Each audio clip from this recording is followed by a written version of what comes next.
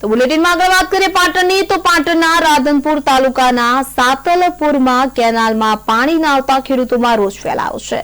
દેલાણા ખારી નદીમાં છોડવામાં આવતું પાણી બંધ કરી દેતા 10 ગામના ખેડૂતો કે જે નર્મદા કચેરી ખાતે પહોંચી રજૂઆત કરવા માટે પહોંચ્યા હતા। 10 ગામોના ખેડૂતોને વારંવાર કરેલ પાક નિષ્ફળ જઈ રહ્યો હોય ત્યારે દેલાણાથી પસાર થતી નર્મદા કેનાલમાં ખારી નદીમાં પાણી છોડવાની માંગણી કરવા માટે પહોંચ્યા હતા, પરંતુ અધિકારીઓ હાજર ન હોવાથી ખેડૂતોએ સૂત્રોચ્ચાર કર્યા હતા।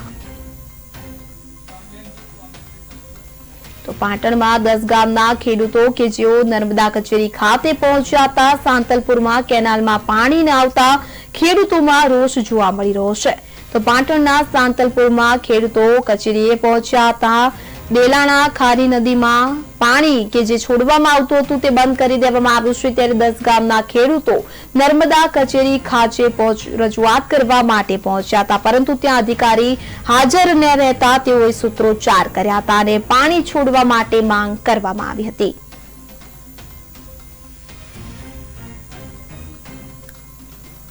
આ નદીમાં 10-11 ગામને પાણીની જરૂર છે। બિલકુલ પાણી હમણાં આવતું નથી। ઘાસ માટે ઢોર રજકા બચકા બધી રવિ હુકાહરી એંડા ઘઉં ઘોડાજીનો અમારે કેનાલમાં આજે 15 દિવસથી આવતું નથી। દેલાણાથી ખારી નદી છે, પરસુ દૂધી ગામ સુધી જાય છે।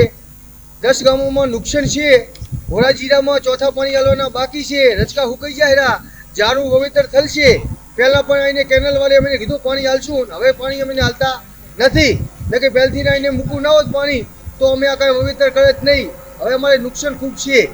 10 ગામોના માણસો અમે બધા આવ્યા છીએ ભય થઈને।